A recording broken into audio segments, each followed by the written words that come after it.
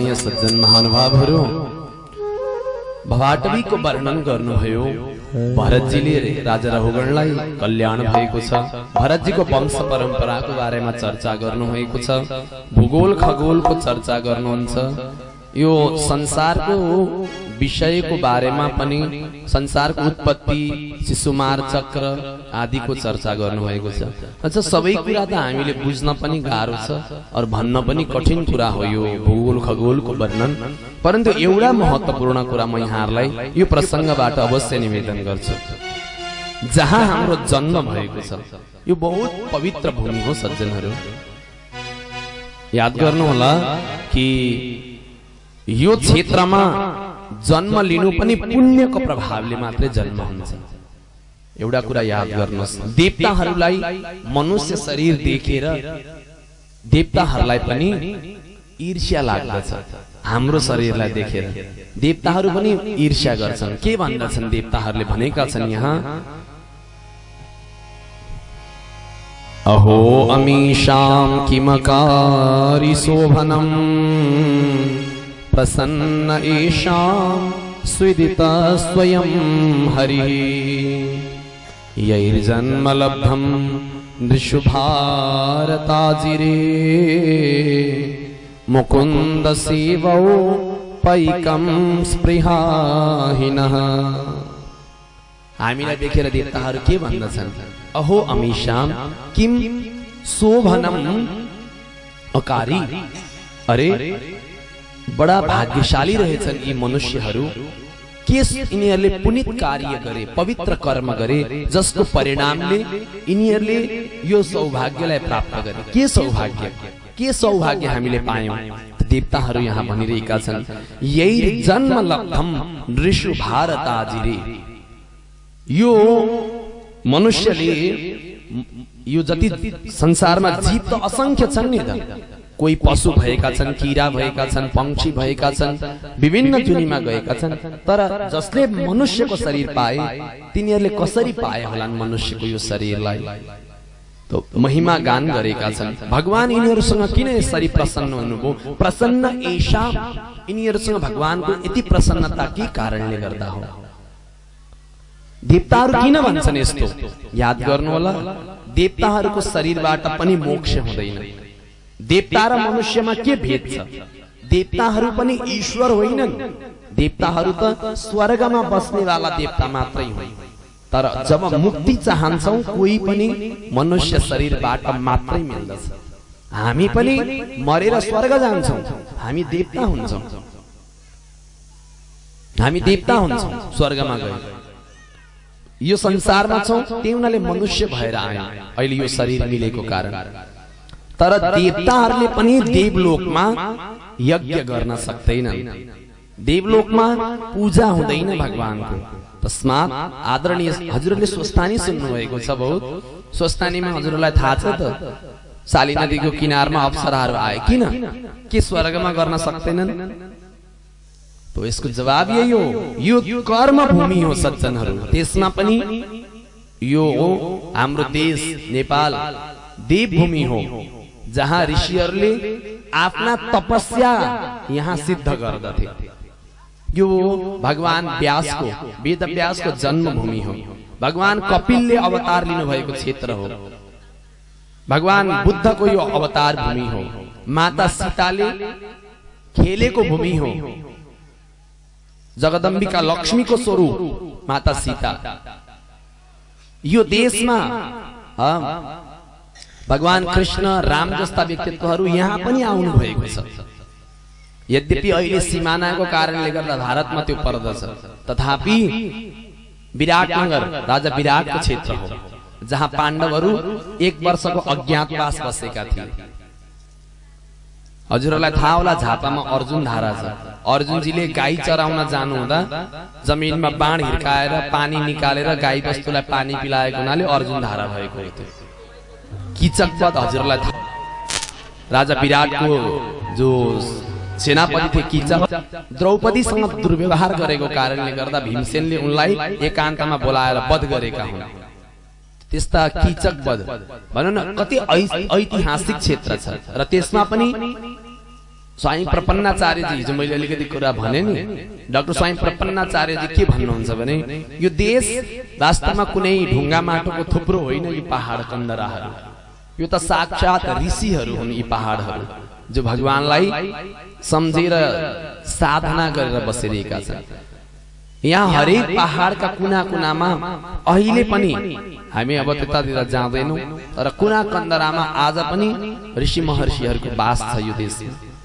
तो यो पवित्र भूमि हो आदरणीय सज्जनहरू, यहाँ जन्मिनु पनि भाग्य हो, एउटा भाग्य हो यो देशमा जन्म हुनु पनि। अब हो यहाँ अहिले हामीलाई नेतृत्वको एउटा पीडा होला, त्यो अलग कुरा हो, तर जन्मनु त पुनित कार्यले मात्रै यहाँ जन्म हुन्छ। देवताहरू के भन्दछन्? बहन जहाँ हरिको कथा सुधा, छैनन् जहाँ भक्त हरि मुरारी का, यज्ञेशको यज्ञ जहाँ हुँदैन, स्वर्गै हौस्ता पनि बस्नु छैन। देवताहरूले भनेका हुने कुरा। देवताहरू भन्दछन् स्वर्गमा पनि हामीलाई बस्न मन लाग्दैन, किन? यहाँ यज्ञ हुँदैन, यहाँ कीर्तन हुँदैन, यहाँ त केवल सुख भोग्ने हो। तो देवताहरूले पनि यो कुरालाई स्वीकारेका छन्। तो यो क्षेत्रको महिमा हो सज्जनहरू। यहाँ यो क्षेत्रमा जन्मनुको एउटा मुख्य उद्देश्य भनेको मुकुन्द सेवौपैकम भन्नुभएको छ। भगवानको सेवा गर्ने अधिकार यिनीहरूलाई मिलेको छ। अझ भनौँ यहाँ मात्रै यस्ता कार्यहरू हुन्छन्। तपाईँ हामी अमेरिका र अस्ट्रेलिया पुग्यौँ भने पनि अहिले त अब नेपाल र भारतका मान्छे पुगे अथवा भुटान र बर्माका मान्छे पुगे अलिअलि हुन्छ होइन। तर यथार्थमै भन्ने हो भने यहाँलाई एउटा कुरा आश्चर्य लाग्छ कि लाग्दैन, म निवारण गरौँ। नेपाल भारत जस्ता यस्तै देशहरू, यही देशको पेरिफेरीमा भगवानको अवतार भएको छ। अवतार भगवानको यही देशको पेरिफेरीमै भएको छ। तर अमेरिकामा अस्ट्रेलियामा किन भगवान कृष्णको अवतार भएन? राम अवतार किन भएन? विचार गर्नुहोस् त, किन भएन भन्दा कारण एउटै हो, यो कर्म भूमि हो, यो देव भूमि हो। यो क्षेत्रमा भक्तहरू आफ्ना पुण्यको प्रभावले यहाँ जन्मन्छन्, त्यहाँ होइन। त्यही हुनाले भएन। हुन त पत्ता लागेको पनि पछि हुन् यी क्षेत्रहरू, तथापि यो क्षेत्र प्राचीन क्षेत्र हो। यहाँ नै मनुष्यको जन्म उपस्थिति ज्यादा यहाँ हुने गर्दथ्यो। तो जहाँ भगवानका भक्तहरू हुन्छन् भगवान त त्यही आउने कुरा नभयो। तो यो देवभूमि हो। त्यही हुनाले समादरणीय सज्जन महानुभावहरू, हामी जन्मिएको क्षेत्रको एउटा अलग्गै महिमा छ। त्यही हुनाले त हामी राष्ट्रप्रति पनि गर्व गर्दछौँ। तो जे होस्, देवताहरूले प्रार्थना गरे भगवानसँग कि हाम्रो जन्म भयो भने पनि यस्तै ठाउँमा होस्। र अन्तिममा नरकको वर्णन गर्नुभएको छ। सुखदेवजी राजा परीक्षितजीलाई भन्नुहुन्छ, राजन एउटा कुरा याद गर, जसले पनि यो संसारमा गलत कार्य गर्छ तिनीहरूलाई सुधार्नको लागि भनेर सुधार केन्द्रहरू जस्तै नरक केन्द्रहरू तयार गरिएका छन्। गुरुजी नरक कस्तो हुन्छ? राजन नरक त अब कस्तो हुन्छ भनौँ, थुप्रै नरकहरू छन्। नरकका नामहरू सुन, तामिश्र, अन्धतामिश्र, रौरव, महारौरव, कुम्भिपाक, कालसूत्र, असिपत्रवन, सुकरमुख, अन्धकूप, कृमि भोजन, संदंस, तप्तसूर्मी, ब्रजकंटक, सालमली, बैतरणी, पुयोद, प्राणरोध, विशसन, लालाभक्ष लगायतका 28 प्रकारका नरकको नामावली दिइएको छ। अनि गुरुजी नरकमा को जानुपर्छ त्यो पनि त यसो संक्षेपमा मलाई सुनाइदिनु भयो हुन्थ्यो। सुन राजन, अब व्याख्या त गहिरो छ, त्यही पनि छोटकरीमा सुन। जसले अरूको धन, सन्तान, स्त्री हरण गर्दछ भने तिनीहरूले तामिश्र नरकमा जानुपर्छ। बहुत कष्ट भोग्दछन्, भाला रोपेर घोचेर उनीहरूलाई बहुत कष्ट दिन्छन्। त्यो कष्ट पाए पनि नरकमा पुग्ने जो शरीर छ यो यस्तो शरीर हुँदैन, कष्ट चाहिँ पाउँछ, त्यहाँ चाहिँ मृत्यु हुँदैन फेरि। अनि त्यस्तै गरेर जसले अभिमान गर्छ मेरो हो, मलाई मात्रै चाहिन्छ, म मात्रै बाँच्नु पर्छ र अरूलाई यसो दान पुण्य पनि गर्दैन, गरिबलाई भोजन गराउँदैन, दुखीको सेवा पनि गर्दैन, आफू र आफ्नो परिवारको पेट मात्रै भर्ने काम गर्छ भने त्यसले पनि नरकमा जानु पर्दछ। रौरव नाम गरेको नरकमा जान्छन्। अनि त्यस्तै गरेर जसले पशुहरूको वध गर्दछ अनाहकमा वा स्वादको लागि, अब भनिदिउँ है, यो चाहिँ अब पीर नमान्नु, तपाईँहरूलाई त पीर पर्छ जस्तो लाग्छ क्या फेरि मलाई, भनिदिउँ है। हस्, जो पशुहरूलाई मारेर वा मार्ने मात्रै होइन, अब किनेरै ल्याएर खानेको पनि हिसाब गर्नुहोस्, तिनीहरूले पनि नरकमा जानु पर्दछ। कुन नरकमा जान्छन् रे? कुम्भिपाक नाम गरेका नरकमा जानु पर्दछ। अनि कुम्भिपाक नरकमा के गर्दछन् त त्यसो भएदेखि? त्यो कुम्भिपाक नरकमा तेल एकदम बक्लक बक्लक बक्लक उम्लेको हुन्छ रे, एकदम तातो तातो तेलमा च्याप्प समातेर फुत्त हालिदिँदाखेरि त त्यो पुडी बेलेर चाहिँ तेलमा डुबाएपछि कसरी पक्क फुल्दछ, त्यस्तै मान्छेको शरीर यो पनि, त्यो जीव पनि फुल्दछ। अनि यहाँ कुन कुन आइटम खाएको थियो सम्झी भनेपछि मैले त यो आइटम खाएको थियो, उसले बक्न थालिहाल्छ, लु त्यस्तै बनाएलाई पनि बनाउँदै खाँदै गर्दछन्। त्यो हुनाले नरकमा जानु छैन भने जोगिनु पर्दछ। जो आफ्ना धर्म संस्कृति शास्त्रको विरोध गर्दछ, अनुसरण गर्दैन, त्यस्ताले पनि नरकमा जानु पर्दछ। गोविन्द भगवान की जय। अलि इमानदारी पूर्वक भन्नुहोस् न, पीर नगर्नुहोस्। तपाईहरुलाई सुनाएको होइन के, तपाईहरुलाई मैले भनेको होइन के, यहाँ लेखेको कुरा भन्देको। अब तपाईहरुलाई पीर पर्छ भनेर भनेको होइन के मैले। तपाईहरु त ज्ञानी हुनुहुन्छ, मलाई थाहा छ नि। अनि जो धर्मको नाममा पाखण्ड गर्दछ त्यसले पनि नरकमा जानुपर्छ। फेरि धर्मको नाम लिएर वास्तविक धर्मलाई अनुसरण गर्दैन और पाखण्ड धर्मको अनुसरण गर्दछ। पाखण्ड भन्नाले गलत गलत कार्यहरू गर्दछन्, कोही रूप मात्रै धार्मिक बनाए भित्र भित्र चाहिँ गलत कार्य गर्दछन्, यस्ताले पनि नरकमा जानु पर्दछ।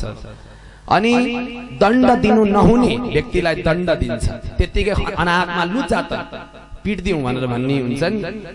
जाउँ त्यसलाई गएर चाहिँ दुई चार जना मिलेर मुक्क्याउन पाए पनि हुन्थ्यो, त्यसलाई मलाई साह्रै रिस उठेको छ भनेर गएर पिट्दछन् नि, यस्ताले पनि नरकमा जानु पर्दछ। सुकर्मुख नाम गरेका नरकमा। सुकर्मुख नरक भने कस्तो नरक भने त्यो मुख चाहिँ सानो हुन्छ कि त्यसको, अनि त्यसलाई तिनीहरूलाई चाहिँ भालाले लगेर रोप्दछन्। तैँले पिटेको होइनस् त्यसलाई लुजा भन्दै घोप्दै। कतिजनालाई पिटेको थिइस्? त्यहाँ अस्ति नै म कन्सर्टमा गएको थिएँ, हाम्रो ठाउँमा आएर अर्कैले हेप्न थाले, बजाइदिएको लुजा त तँलाई पनि बजाउँछु, मजाले बजाउँछ। झगडा गर्नेवाला यस्ताले पनि दण्ड पाउँदछन् नरकमा। अनि जो पञ्चमहायज्ञ गर्दैनन्, विशेष गरेर देव सेवा अतिथि सेवा गर्दैनन्। शहरतिरको चलन त कस्तो आएको छ भने नि हजुर, अब त पाहुना आउँदैछन् भनेपछि भागाभाग हुने जमाना आयो, नआइदिए हुन्थ्यो। त्यस्तो पो छ त। पहिला पहिला चाहिँ अतिथि को हो? फेरि वास्तवमा हामी पाहुना आउने भनेर भन्छौँ, आफ्नै आफन्त। आफन्त आउने जो हुन्छन् अतिथि भन्दा अभ्यागत हुन्थे। अतिथि को हुन् भन्दा जो तिथिमिति जसको आउने जाने थाहा हुँदैन त्यसलाई अतिथि भन्छन्। अनि साँझ बिहान कोही यस्तो आयो भने हामी कहाँ नचिनेका मान्छेलाई आउनुभयो, आउनुहोस्, बस्नुहोस्, खानुहोस् भनेर अथवा बस्ने ठाउँ दिने चलन थियो, राति बास दिने चलन। अब अहिले त समय पनि डराउनु पर्ने समय छ न त, विचार चाहिँ गर्नु। फेरि पाप लाग्छ भनेर मात्रै पनि हुँदैन, घरको चिठी कुन्टा पोको पारेर हिँड्यो भने के गर्नु फेरि, होइन? त विचार चाहिँ गर्नुपर्छ। तर हो चाहिँ के भने अतिथि सेवा, आएका व्यक्तिहरूलाई भोजन गराउँदा त केही भएन नि। माग्न आए कोही भने यो जोगीहरू पनि जो माग्न आउँछन् अहिले, अब दिनु त राम्रो हो भिक्षा, होइन? तर कतिपय कस्तो देखिन्छ भने माग्न चाहिँ आए, चामल किने लगेर बेचिदिन्छ। जोगीले भिक्षा माग्ने के हो त भन्दा वृत्ति अनुसार 10वटा घर भन्दा बढी घरमा भिक्षा माग्न मिल्दैन जोगीले। अनि त्यो पनि गुरुसँग त्यो अधिकार हुनुपर्छ। सन्यासको अधिकार भएका व्यक्ति अथवा जोगीको वृत्ति लिएका व्यक्ति। अब यहाँ त घर परिवारमा बसे, खाना पिउन गाह्रो भएपछि माग्न जाने पनि हुन्छन्, त्यस्तालाई उपाय राम्रो छ। हेर्नुहोस्, तपाईहरुले पनि गर्नुहोस्, आएका व्यक्तिलाई खुवाएरै पठाइदिनुहोस्, चामल दिनु भन्दा पाकिराजु लु खाएर जानुहोस् भन्नुहोस्। फेरि खाना मान्दैनन् र पो समस्या छ है।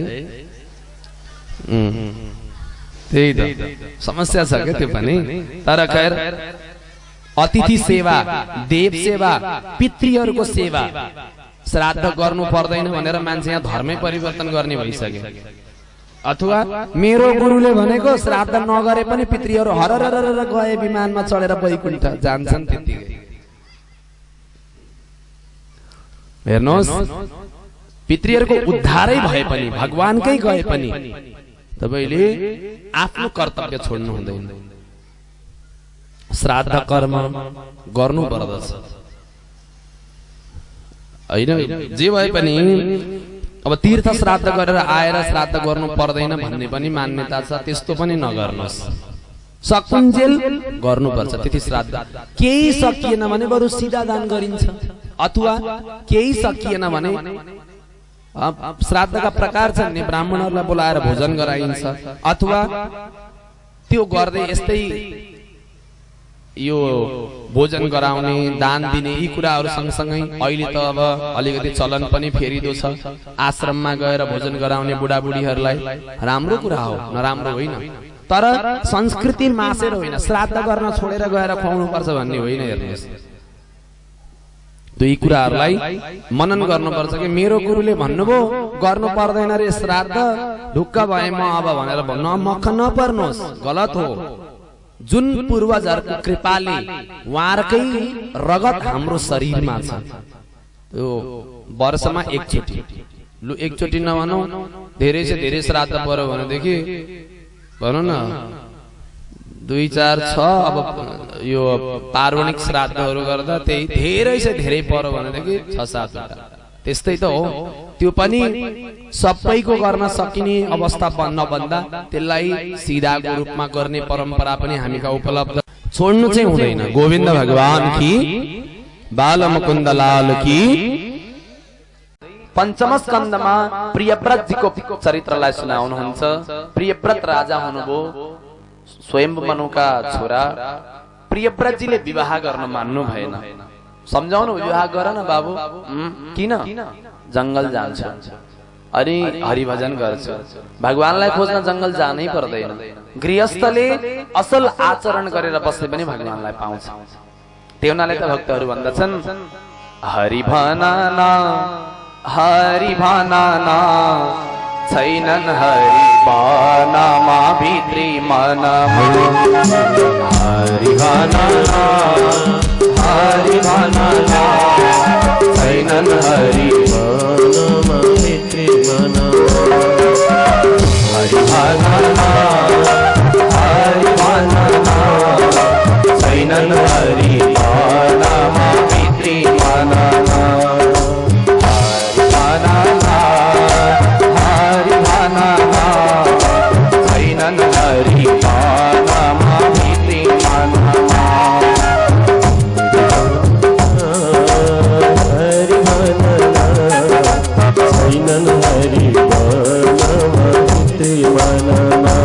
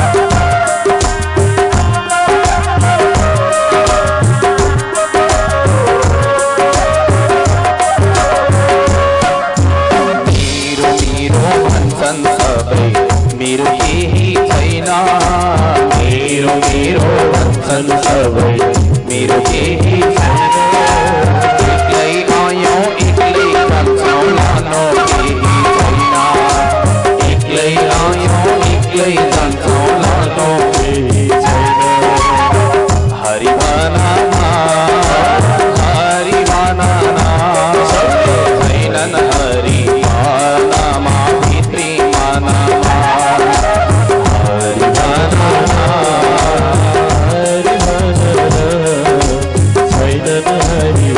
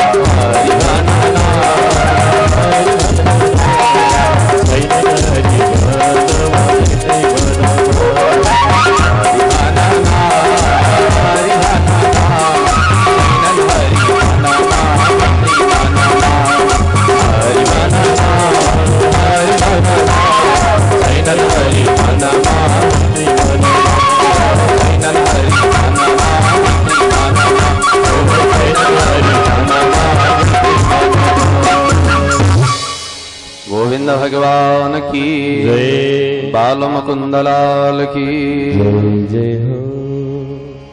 सम्झाउनु हो ब्रह्माजीले, बाबु हेर घरमै बसेर पनि यदि आफ्ना मनलाई ठिक ठाउँमा राख्न सक्ने वाला छ, सद्गृहस्थले साँच्चै भन्ने हो भने झन सजिलै भगवानलाई पाउँदछ। गृहस्थमा बसेका व्यक्तिलाई झन सजिलो छ, किनकि विभिन्न पर्वहरू आउँदछ, विभिन्न उपाय हुन्छ। भगवानलाई खोज्न जंगलै मात्रै जानुपर्छ भन्ने पनि छैन। सम्झाउनु भो, विवाह गर्नु भएको छ, छोराहरू भएका छन् आग्निद्र, इद्मजीव, यज्ञबाहु, हिरण्यरीत, घृतपृष्ठ लगायतका छोराहरू पनि भए। अर्को विवाह पनि भएको छ। प्रियव्रतजीको चरित्रमा एउटा महत्त्वपूर्ण प्रसंग छ। उहाँले रात्रि भएको देखेर सूर्य जस्तै चम्किलो रथ तयार गरेर संसारलाई सबैतिर उज्यालो मात्रै राख्नुभयो। त्यसपछि ब्रह्माजीले रोक्नु भयो, बाबु हेर यो संसार वास्तवमा दिन जति जरुरी छ रात्रि पनि उत्तिकै जरुरी भएको संसार हो, नगर। सात द्वीप सात समुद्रको निर्माण भएको प्रसंगलाई सुनाउनु भयो। प्रियव्रतजीको सद्गतिको प्रसंग, आग्निद्रको विवाह भएको छ पूर्वचिती अप्सरासँग, प्रसंगलाई सुनाउनु भएका छ। नाभि किम पुरुष, हरिवर्ष, इलावृत, रम्यक आदि छोराहरू भएका छन्। सन्तानको लागि भनेर भगवानको प्रार्थना गरे, यज्ञ अनुष्ठान गरे। नारायण भगवानले दर्शन दिनुभयो। गोविन्द भगवान की राजा नाभिको पुत्रको रूपमा भगवानको आशीर्वादको कारण भगवान स्वयंले, भगवान नारायणले अवतार धारण गर्नुभयो, जसलाई भगवानको ऋषभदेव अवतार भनिएको छ। बोले ऋषभदेव भगवान की, ऋषभदेव अवतार भयो भगवानको। र उहाँको विवाह बढ्नुभयो, विवाह भयो इन्द्रको छोरी जयन्तीसँग। 100 भाइ छोराहरू भएका छन्। 81 छोरा महात्मा भए, 9 छोरा 9 योगेश्वर भए। बचेका 10 मध्ये श्रेष्ठ हुनुहुन्थ्यो भरतजी। राजा बनाइदिनु भयो, उपदेश दिनुहुन्छ। कस्तो राम्रो उपदेश दिनुहुन्छ, आफ्ना सन्तानलाई सिकाउनु पर्ने कुरा भन्नुहुन्छ। के भन्नुहुन्छ ऋषभदेव भगवान? बाबु एउटा कुरा याद गर, नायम देहो देह भाजाम लोके कष्टान कामान अर्हति पीठभुजाम ये। बाबु खान लाउन घुम्न सुत्न डुल्न यो मात्रै मनुष्य जीवन, यसको लागि मनुष्य जीवन मिलेको होइन। मान्छेको जीवन त नियम अनुशासनमा बसेर मनुष्यको जस्तो भूमिका निर्वाह गर्नको लागि मिलेको हो। त्यो हुनाले एक त आफ्नो आत्मकल्याण पनि सोच्नु, अरूको दुःखलाई कम गर्ने उपाय सोच्नु। आफ्नो लागि सबै बाँच्दछन्, अरूको लागि पनि बाँच्नु। यो सोच यदि भयो भने मात्रै मनुष्यको जीवन सफल हुन्छ। छोराहरूलाई सिकाउनुहुन्छ ऋषभदेव भगवानले। निकै राम्रो लामो कुरा छ यहाँ प्रसङ्ग त। भन्नुहुन्छ कि भने सन्तानलाई धन कमा, यो गर त्यो गर नभन्नु रे बरे। भगवानले भन्नुभयो किन? नभने पनि जान्दछन् रे यस्ता कुरा। सिकाउनु के? जान्नै पर्ने कुरा चाहिँ के हो रे त भन्दा उपदेशहरू, राम्रा कर्महरू गर्न चाहिँ उपदेश गर्नु। त्यसो गर्दा उनीहरूलाई प्रेरणा हुन्छ।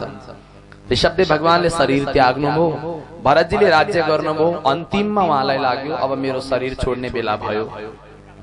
गण्डकी नदीको किनार आएर बस्नु भएको छ पुलह आश्रममा। नदी भयानक थियो। एक दिन अर्घ्य दिनको लागि भनेर नदीमा पस्नुभयो। अर्घ्य दिँदै हुनुहुन्थ्यो। एउटा गर्भिणी मृगी पानी पिउनको लागि आई। त्यही बेलामा सिंहको जोडको आवाज सुनि नदीमा हाम फालेर पार जाँदै थिए। नदीको बीचैमा त्यो मृगको गर्भ तुहियो। सानो जन्मिएको बच्चा बग्न थाल्यो। मृगिणीले गएर शरीर छोडी उसको मृत्यु भयो। बच्चा जिउँदै बग्न थाल्यो। भरतजीलाई दया लाग्यो, बच्चालाई ल्याउनु भयो। मृगकै बथानमा दिनुपर्ने, आफ्नै साथमा राख्नुभयो। बच्चा त हो, माया लाग्दो त भइहाल्छ। अब मृगको बच्चाको यस्तो माया लाग्यो कि भजनै बिर्सेन भयो। आए थे हरि भजनको ऊँट न लागे कपास।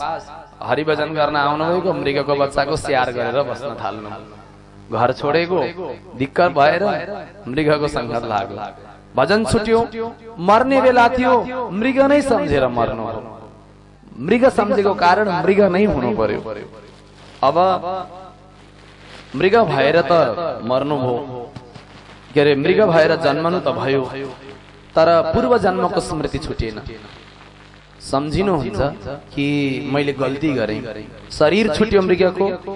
अंगिरस गोत्रीय ब्राह्मणका जन्म भएको छ। ज्ञानी हुनुहुन्थ्यो तर मूर्ख जस्तो व्यवहार गर्नुहुन्थ्यो। नाम उहाँको भरत नै रह्यो। मूर्ख जस्तो व्यवहार गरेको कारण नाम रह्यो जड भरत। जे काम हराए पनि उल्टा पुल्टा काम गर्नुहुन्थ्यो। तर उहाँले गर्नुभएको थियो कर्म सबैले बुझ्दैनथे। भद्रकालीको अगाडि बलि दिन लगे, त्यहाँ पनि भद्रकाली माताले रक्षा गर्नुभयो। रहुगणलाई उपदेश दिएर उहाँले कल्याण गर्नुभयो। रहुगणको बोल्नु भएन कहिले, तर रहुगणको अगाडि बोल्नुभयो र उहाँको कल्याण गर्नुभयो।